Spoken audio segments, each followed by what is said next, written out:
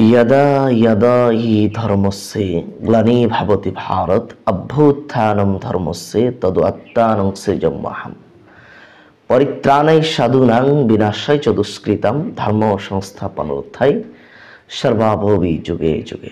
সনাতন ধর্ম বিশ্বাস মতে দশম অবতার নামক একজন অবতার পৃথিবীতে আসবেন, যার নাম হচ্ছে কল্কি অবতার।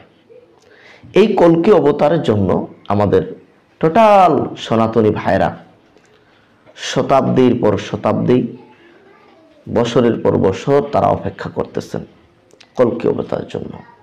আপনারা কি জানেন, সেই কল্কি অবতার তিনি এসে আবার চলে গেছেন, কিন্তু আমাদের সনাতন ভাইরা তার কোনো খবর রাখেন না।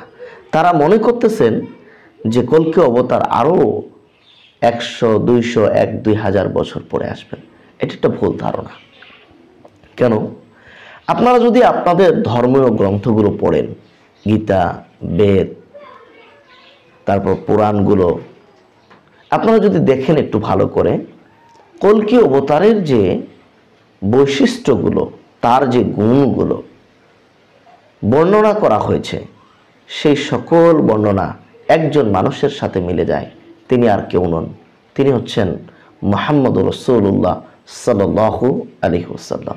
আজকের পর্বে শুধু মুহাম্মদ সাল্লাল্লাহু আলাইহি ওয়াসাল্লামের যে নামগুলো হিন্দু ধর্মে আসছে, সেই বিষয়গুলো আমরা এখানে আলোচনা করব ইনশাআল্লাহ। অবশ্যই প্রত্যেকটা হিন্দু ভাইদের উচিত আজকের আলোচনাটা শোনা এবং বুঝা, এবং আমরা সত্য বলছি না মিথ্যা বলছি সেই অনুযায়ী শুধু শুনে বসে থাকবেন না, যাচাই বাছাই করবেন, আপনাদের কিতাবগুলোর সাথে মিলাবেন, দেখবেন আমরা যে কথাগুলো বলতেছি সেটা আপনাদের কিতাবে আছে কিনা। মুহাম্মদ সাল্লাল্লাহু আলাইহি ওয়াসাল্লামের একটি নাম হচ্ছে মুহাম্মদ। মুহাম্মদ সাল্লাল্লাহু আলাইহি ওয়াসাল্লামের এই নামটি সর্বজনীন একটি মাশহুর এবং সর্বজনীন অবহিত একটি নাম, মুহাম্মদ সাল্লাল্লাহু আলাইহি ওয়াসাল্লাম। এই মুহাম্মদ নাম দিয়েই ভবিষ্যৎবাণী করা হয়েছে সর্বশেষ যিনি আসবেন। অনেক লম্বা একটি শ্লোক বা একটা মন্ত্র আমরা বলতে পারি, পুরো অধ্যায় আলোচনা করা হয়েছে মুহাম্মদ সাল্লাল্লাহু আলাইহি ওয়াসাল্লামের ভবিষ্যৎবাণীকে কেন্দ্র করে, মুহাম্মদ সাল্লাল্লাহু আলাইহি ওয়াসাল্লাম কিভাবে আসবেন ইত্যাদির ব্যাপারে। তো আমরা তার মধ্যে একটি মন্ত্র শুধু পাঠ করছি যেখানে তার নামটি রয়েছে, সেটা হচ্ছে ভবিষ্যৎ পুরাণের প্রতিসর্গ পর্ব, অধ্যায় নাম্বার খণ্ড নাম্বার 3, অধ্যায় নাম্বার 3, মন্ত্র নাম্বার 5। এখানে বলা হচ্ছে মুহাম্মদ ইতি খ্যাতং, মুহাম্মদ হবে শেষ খ্যাতি অর্জনকারী। দেখেন, পৃথিবীর বুকে সর্বশেষ যিনি মানবতার খ্যাতি অর্জন করেছেন তিনি হচ্ছেন মুহাম্মদ সাল্লাল্লাহু আলাইহি ওয়াসাল্লাম। মুহাম্মদ সাল্লাল্লাহু আলাইহি ওয়াসাল্লাম এমন একজন নবী, এমন একজন রাসূল, তারপরে কোনো রাসূল নেই। এবং কল্কি অবতারও এমন একজন অবতার যার পরে আর কোনো অবতার নেই, ইনি হচ্ছেন শেষ। রাসূলুল্লাহ সাল্লাল্লাহু আলাইহি ওয়াসাল্লাম বলছেন, আনা খাতামুন নবিয়্যিন, আমি শেষ নবী, লা নাবি বাদি, আমার পরে আর কোনো নবী নেই। আর এখানেও বলা হচ্ছে মুহাম্মাদান ইতি খ্যাত, শিষ্য শাখা সমন্বিত, মুহাম্মদ হবে শেষ খ্যাতি অর্জনকারী এবং তার অনেক শিষ্য থাকবে। আমরা জানি মুহাম্মদ সাল্লাল্লাহু আলাইহি ওয়াসাল্লাম শেষ নবী এবং তার অনেক অসংখ্য, তিনি বেঁচে থাকতেই তার 1.25 লক্ষ, কিছু কিছু বর্ণনায় আছে 1.5 লক্ষ সাহাবী ছিলেন। এরপর তার অনেক আজও পর্যন্ত অসংখ্য মানুষ তার এই তার এই পথ অনুসরণ করে যাচ্ছেন, আরও যাবে ইনশাআল্লাহ কিয়ামত পর্যন্ত ইনশাআল্লাহ। তাহলে এখানে স্পষ্টভাবে মুহাম্মদ সাল্লাল্লাহু আলাইহি ওয়াসাল্লামের নাম আমরা উল্লেখ করতে দেখতে পাই এই ভবিষ্যৎ পুরাণে। এছাড়াও হিন্দু ধর্মের একটি উপনিষদ রয়েছে, সেটা হচ্ছে অল্ল উপনিষদ। আপনারা যদি দেখেন, সেই অল্ল উপনিষদের একটি মন্ত্র হচ্ছে অল্ল জ্যেষ্ঠং শ্রেষ্ঠং পরমং ব্রহ্মং ব্রহ্মং, শ্রেষ্ঠ ব্রহ্ম। বলা হচ্ছে আল্লাহ জ্যেষ্ঠ, আল্লাহ বড়, অল্ল শ্রেষ্ঠং, আল্লাহ সবচেয়ে শ্রেষ্ঠ, অল্ল অল্লম, আল্লাহ আল্লাহ, পরমং এবং তিনি মহান। এরা বলছেন অল্লো রাসূল রকং বরসং মুহাম্মাদং। দেখেন, এরা বলছেন আল্লাহ রাসূল যার নাম হবে মুহাম্মদ রকং বরসং, তিনি সর্বজনন বরণীয়। আমরা জানি মুহাম্মদ সাল্লাল্লাহু আলাইহি ওয়াসাল্লাম কাফাতিল লিন্নাস, সমস্ত মানুষের জন্য নবী। আর এখানেও বলা হচ্ছে রকং বরসং, তিনি সর্বজনন গ্রহণীয়। এখন আসি, তাহলে এখানেও স্পষ্ট মুহাম্মদ সাল্লাল্লাহু আলাইহি ওয়াসাল্লামের নাম এবং আল্লাহ রাসূল মুহাম্মদং বলা হয়েছে। আল্লাহ রাসূল হবে কি মুহাম্মদ, মুহাম্মদুর রাসূলুল্লাহ, সুস্পষ্ট কালেমার যে দ্বিতীয় অংশ আমরা এখানে সেখানে এটা পাচ্ছি। এছাড়াও হিন্দু ধর্মের আরেকটি বেদ রয়েছে, বেদের একটি অংশ, সেটা হচ্ছে উত্তরায়ণ বেদ, একটা প্রসিদ্ধ মন্ত্র। যেই মন্ত্রটা হিন্দুরা তাদের যখন কোনো ব্যক্তি মারা যায় তাদের মুখে আগুন দেওয়ার পূর্বে তাদের কানে কানে পড়ে, যাকে বলা হয় আনকাহি মন্ত্র। সেটা কি? লা ইলাহা হরতি পাপম ইল্লো ইলাহা পরম পদম জন্ম বৈকুণ্ঠ উপেনতি তো জপি নাম মুহাম্মদ। বলা হচ্ছে লা ইলাহা হরতি পাপম, পাপ থেকে মুক্তি করার মতো কোনো ইলাহ নেই। গুনাহ করেছেন, ক্ষমা কে করবেন? একমাত্র আল্লাহ। আল্লাহ ছাড়া কেউ পাপ মুক্ত আপনাকে করতে পারবে না। সুন্দর কথা। এরও বলছেন ইল্লো ইলাহা পরম পদম, আল্লাহই হচ্ছে সর্বশ্রেষ্ঠ আশ্রয় দানকারী। এই জন্য আমরা মুসলিমরা কোরআন পড়ার সময় বলি আউযু বিল্লাহ, আল্লাহর কাছে আশ্রয় প্রার্থনা করি। তো এখানেও তাই বলা হচ্ছে। এরও বলছেন তো জপিনাম জন্ম বৈকুণ্ঠ অপরিণতি, যদি তোমরা স্বর্গে জন্মগ্রহণ করতে চাও, অর্থাৎ স্বর্গ পেতে চাও, তো জপিনাম মুহাম্মাদম, তাহলে মুহাম্মদের তোমরা অনুসরণ করো। তাহলে এখানে স্পষ্টভাবে মুহাম্মদ সাল্লাল্লাহু আলাইহি ওয়াসাল্লামের নাম রয়েছে। তাহলে মুহাম্মদ সাল্লাল্লাহু আলাইহি ওয়াসাল্লামের নাম আমরা হিন্দু ধর্মের 3টি গ্রন্থ, একটি হচ্ছে পুরাণ, ভবিষ্যৎ পুরাণ, প্রতিসর্গ পর্ব 3 নম্বর খণ্ড 3 নম্বর অধ্যায় মন্ত্র নম্বর 5, এখানেও রয়েছে মুহাম্মদ সাল্লাল্লাহু আলাইহি ওয়াসাল্লামের কথা। এছাড়াও অল্লাহ উপনিষদ এবং উত্তরায়ণ বেদ, এই 2টি কিতাবও মুহাম্মদ সাল্লাল্লাহু আলাইহি ওয়াসাল্লামের কথা সুন্দরভাবে এবং তিনি যে রাসূল তার কথা এখানে উল্লেখ রয়েছে। মুহাম্মদ সাল্লাল্লাহু আলাইহি ওয়াসাল্লামের আরেকটি মিল পাওয়া যায়, নামের বৈশিষ্ট্য রয়েছে। আমরা যদি দেখি সামবেদের ভিতরে মুহাম্মদ সাল্লাল্লাহু আলাইহি ওয়াসাল্লামের নাম উচ্চারণ করতে গেলে আরবিতে লাগে মিম এবং শেষে হচ্ছে দাল, বাংলায় ম এবং শেষে হচ্ছে দ। তো এখানে একই কথা বলা হচ্ছে, মুহাম্মদ সাল্লাল্লাহু আলাইহি ওয়াসাল্লামের নামের কথা গিয়ে বলছে মদোবর্তিতা দেবাদ প্রকৃতিতা বৃষারং ভক্ষায়নং সদাবেত সশ্রিতা। বলছেন যিনি কল্কি অবতার হবেন, আখিরি অবতার হবেন, শেষ অবতার হবেন, মদোবর্তিতা, তার নামের প্রথম অক্ষর ম এবং শেষের অক্ষর হবে দ। বৃষায়নং ভক্ষায়নং, তিনি বৃষায়নং অর্থাৎ গরু, ভক্ষায়নং মানে ভক্ষণ করবেন, তিনি গরুর গোস্ত ভক্ষণ করবেন। অর্থাৎ হিন্দু ধর্মে কিন্তু অনেকে একটা কুসংস্কার রয়েছে যে গরুর গোস্ত খাওয়া যাবে না, আবার কেউ বলছে যে খাওয়া যাবে। এটাকে তিনি এসে সমাধান করে দিবেন, অর্থাৎ গরুর গোস্ত খাওয়া যাবে, এই জন্য তিনি নিজেই গরুর গোস্ত খাবেন। বলছে বৃষায়নং ভক্ষায়নং, তিনি গরুর গোস্ত ভক্ষণ করবেন। সদা বেদ সশ্রিতা, বেদ তাকে সবসময় স্মরণ করেন। দেখেন বলছে বেদ তাকে সবসময় স্মরণ করেন, অর্থাৎ বেদের বিভিন্ন জায়গায় তাকে পাওয়া যাবে। আমরা যদি দেখি মুহাম্মদ সাল্লাল্লাহু আলাইহি ওয়াসাল্লামের আরো একটি নাম, সেটা হচ্ছে কি আহমদ। এই আহমদ নামটি সামবেদে রয়েছে, ঋগ্বেদে রয়েছে, অথর্ববেদে রয়েছে, মোটামুটি 3টা বেদেই এই আহমদ নামটি পাওয়া যায়। আহমদ নামটি আমরা পাবো প্রথমত একটা মন্ত্র, সামবেদের 152 নম্বর মন্ত্রে। এখানে বলা হচ্ছে আহমদ প্রপিতস্পরি মেধা অমৃতস্য জাগ্রব অহং সুরবা ইবাজনী। বলা হচ্ছে আহমদ প্রপিতস্পরি মেধা ও মৃতস্য জাগ্রব, আহমদ তিনি তার পিতা অর্থাৎ তিনি তার মালিকের কাছে মেধা ও অমৃত অর্থাৎ ঐশী জ্ঞান লাভ করবেন। অহং সূর্য ইবাজনী, তিনি সেই সূর্য থেকে আলো লাভ করবেন। এখানে তাহলে স্পষ্টভাবে আসছে আহমদ প্রপিতস্পরি, আহমদ তার পিতার পক্ষ থেকে মেধা ও অমৃত ঐশী জ্ঞান।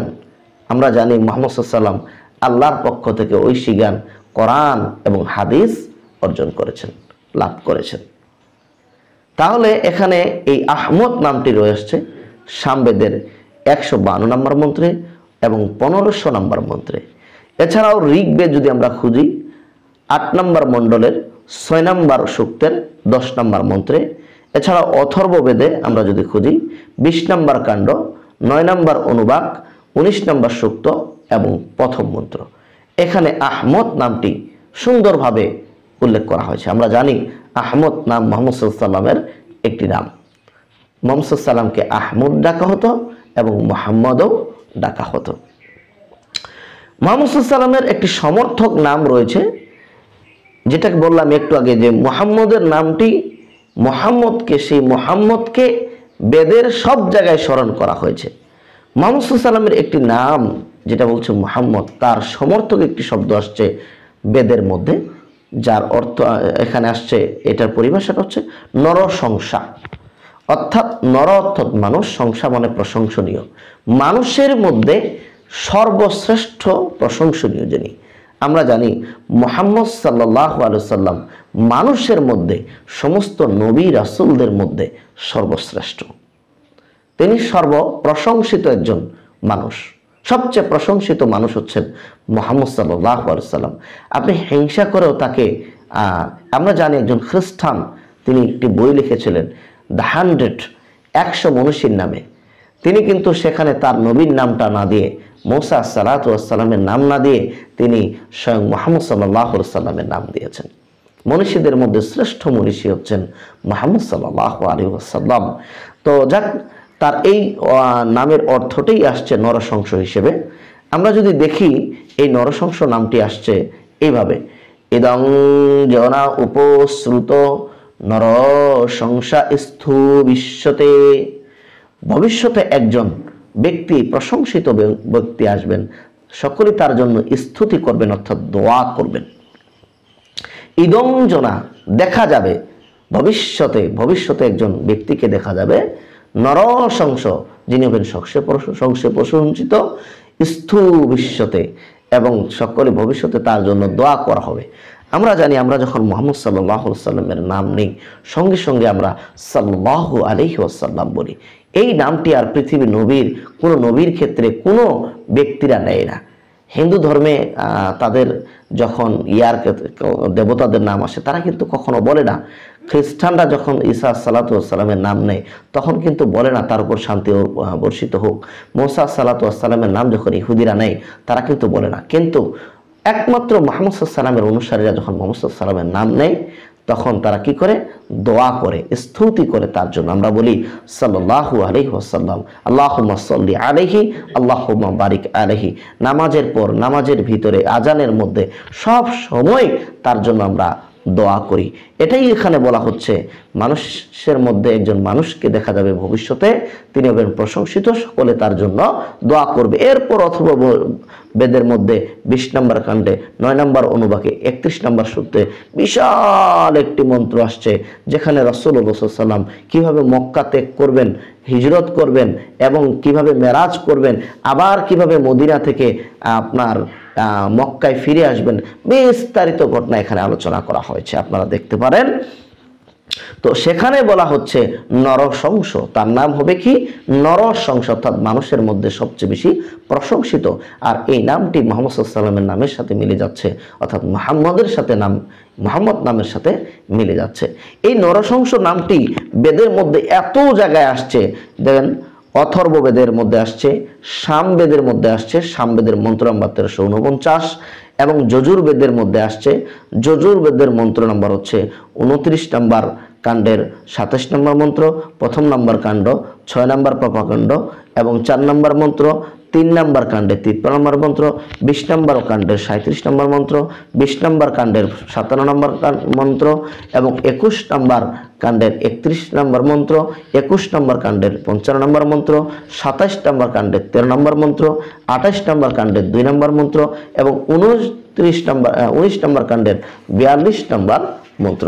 এইভাবে মুহাম্মদ সাল্লাল্লাহু আলাইহি সাল্লামের নাম যজুর্বেদে আসছে এবং ঋগ্বেদে আমাদের গবেষণায় 15টি জায়গায় মুহাম্মদ সাল্লাল্লাহু আলাইহি সাল্লামের নাম নরশংস এই নামটি আসছে। আমরা যদি দেখি প্রথম নম্বর মন্ত্র ঋগ্বেদের প্রথম নম্বর মণ্ডলে 13 নম্বর সূক্ত 3 নম্বর মন্ত্র, প্রথম নম্বর মণ্ডল 18 নম্বর সূক্ত 9 নম্বর মন্ত্র এবং প্রথম নম্বর মণ্ডল 106 নম্বর সূক্ত 4 নম্বর মন্ত্র, প্রথম নম্বর মণ্ডল 116 নম্বর সূক্ত 1100 নম্বর মন্ত্র, প্রথম নম্বর মণ্ডল 142 নম্বর সূক্ত 3 নম্বর মন্ত্র এবং দ্বিতীয় মণ্ডল 3 নম্বর সূক্ত এবং দ্বিতীয় মণ্ডলের 34 নম্বর সূক্ত 6 নম্বর মন্ত্র, দ্বিতীয় মণ্ডলের 38 নম্বর সূক্ত 10 নম্বর মন্ত্র এবং তৃতীয় নম্বর মণ্ডলের 29 নম্বর সূক্তের 1100 নম্বর মন্ত্র, 5 নম্বর মণ্ডলের 5 নম্বর সূক্ত 2 নম্বর মন্ত্র, 7 নম্বর মণ্ডলের 86 নম্বর সূক্ত 42 নম্বর মন্ত্র, এরপর 10 নম্বর মণ্ডলের 64 নম্বর সূক্ত 3 নম্বর মন্ত্র, 10 নম্বর মণ্ডলের 70 নম্বর সূক্ত তৃতীয় নম্বর মন্ত্র এবং 10 নম্বর মণ্ডল 92 নম্বর সূক্ত 1100 নম্বর মন্ত্র, 10 নম্বর মণ্ডলের 182 নম্বর সূক্তের দ্বিতীয় নম্বর মন্ত্র। এরকম 15 জায়গায় মুহাম্মদ সাল্লাল্লাহু আলাইহি ওয়াসাল্লামের নাম অর্থাৎ নরশংস এই নামটি বেদের মধ্যে আসছে। তাহলে আমরা দেখলাম বেদের মধ্যে 4টি বেদ, ঋগ্বেদ, সামবেদ, যজুর্বেদ, অথর্ববেদ, এই 4টি বেদেই মুহাম্মদ সাল্লাল্লাহু আলাইহি ওয়াসাল্লামের নাম নরশংস এই নামটি আসছে। আমরা যদি আরেকটি দেখি, মুহাম্মদ সাল্লাল্লাহু আলাইহি ওয়াসাল্লামের একজন প্রসিদ্ধ নাম হচ্ছে কল্কি অবতার। কল্কি অবতার মানে পাপ বিনাশকারী অবতার। দেখেন, পাপ বিনাশকারী অবতার। কল্কি শব্দের অর্থ যিনি পাপ বিনাশ করেন। আমরা জানি মুহাম্মদ সাল্লাল্লাহু আলাইহি ওয়াসাল্লাম পাপকে বিনাশ করেছিলেন কিভাবে? রাসূলুল্লাহ সাল্লাল্লাহু আলাইহি ওয়াসাল্লাম যেই আরবের বুকে আসছিলেন, সেই আরবে মুহাম্মদ সাল্লাল্লাহু আলাইহি ওয়াসাল্লামের নবুয়তের পূর্বের সময়টিকে বলা হতো আইএমএ জাহিলিয়াতের যুগ, অন্ধকারের যুগ। অন্ধকারের যুগ মানে বর্বরতার যুগ, অত্যাচারের যুগ, সীমালঙ্ঘনের যুগ, সমস্ত পাপের স্বর্গরাজ্য ছিল ওই সময়তে। মানুষকে হত্যা করা, মানুষের সম্পদ লুণ্ঠন করে নেওয়া, এভাবে পাপের যত রকমের আয়োজন রয়েছে সমস্ত পাপে ভরপুর ছিল। এই জন্য আরবের এই সময়টাকে বলা হতো আইএমএ জাহিলিয়াত। এরপর নবী সাল্লাল্লাহু আলাইহি ওয়াসাল্লাম যখন আসলেন, দীর্ঘ 23 বছরের দাওয়াতে মক্কা এবং মদিনায় তার দাওয়াতের ফলে আলহামদুলিল্লাহ সমস্ত আরব জাজিরা থেকে এবং প্রায় পৃথিবীর 3 ভাগের 1 ভাগ ইসলামের ছায়াতলে, সুশীতল ছায়াতলে চলে আসলো এবং যেই মানুষগুলো আগে ডাকাতি করত তারা মানুষের সম্পদের পাহারাদারে পরিণত হয়ে গেল। যেই মানুষরা আগে হত্যা করত সেই মানুষরা মানুষের জীবন দিয়ে তাদেরকে বাঁচানোর চেষ্টা করলো। যারা মদ খেত তারা মদের ফেলে দিয়ে মদের বন্যা বইয়ে দিয়েছিল। এইভাবে যারা মূর্তি পূজা করত তারা মূর্তিগুলোকে ভেঙে দিয়েছিল। এইভাবে যত রকমের পাপের স্বর্গরাজ্য আছে সমস্ত পাপকে বিনাশ করে দিয়ে তিনি একটি ইসলামের সুশীতল ছায়ার একটি পরিবেশ করেছিলেন, যেখানে কোনো ছিল না জেনা, যেখানে ছিল না কোনো মদের আড্ডা, যেখানে ছিল না কোনো খুনের সর্ব জায়গায় শান্তি আর শান্তি। সাল্লাল্লাহু আলাইহি ওয়াসাল্লামের যে বৈশিষ্ট্যগুলো নামবাচক, সেই বৈশিষ্ট্যগুলো আমরা দেখলাম। একটা হচ্ছে মুহাম্মদ, আর একটা হচ্ছে নামের ক্ষেত্রে ম এবং দ এবং নামের শেষে দ, আরেকটা হচ্ছে আহমদ, আরেকটা হচ্ছে নরশংস, আরেকটি হচ্ছে কল্কি। এই প্রত্যেকটি নাম মুহাম্মদ সাল্লাল্লাহু আলাইহি ওয়াসাল্লামের সাথে মিলে যাচ্ছেন। তাহলে আমরা নির্দ্বিধায় বলতে পারি যে হিন্দু ধর্মে যে কল্কি অবতারের কথা বলা হয়েছে তিনি আর কেউ নন, তিনি হচ্ছেন মুহাম্মদ সাল্লাল্লাহু আলাইহি ওয়াসাল্লাম। হিন্দু ভাইয়েরা আপনাদেরকে বলবো, আপনারা একটু যাচাই বাছাই করেন, আপনারা একটু পড়ালেখা করেন, আপনাদের কিতাবগুলো একটু যাচাই বাছাই করেন এবং মুহাম্মদ সাল্লাল্লাহু আলাইহি ওয়াসাল্লামের সাথে মিলিয়ে দেখুন। অনেক কিতাব লেখা হয়েছে এই ব্যাপারে, সেগুলো একটু পড়ুন, দেখুন আপনাদের যে কাঙ্ক্ষিত কল্কি অবতারের জন্য আপনারা পথ চেয়ে বসে আছেন সেই মুহাম্মদই কি আপনাদের সেই কল্কি অবতার নয়? আপনারা নড়ে চড়ে বসুন। আল্লাহ সুবহানাহু ওয়া তাআলা আমাদেরকে সকলকে সেই কলকি অবতার মুহাম্মদ সাল্লাল্লাহু আলাইহি সাল্লামের অনুসরণ করার তৌফিক দান করুক, আমিন। ইনশাআল্লাহ আমরা বাকি পর্বে আরও সিরিজ আকারে আমাদের অন্যান্য যে বৈশিষ্ট্যগুলো রয়েছে মুহাম্মদ সাল্লাল্লাহু আলাইহি সাল্লামের হিন্দু ধর্মের ভবিষ্যৎবাণীর মধ্যে আমরা সেগুলো আলোচনা করব ইনশাআল্লাহ। সেই পর্ব পর্যন্ত আল্লাহ সুবহানাহু ওয়া তাআলা আপনাদেরকে ভালো রাখুক, সুস্থ রাখুক, আমিন। আসসালামু আলাইকুম ওয়া রাহমাতুল্লাহ।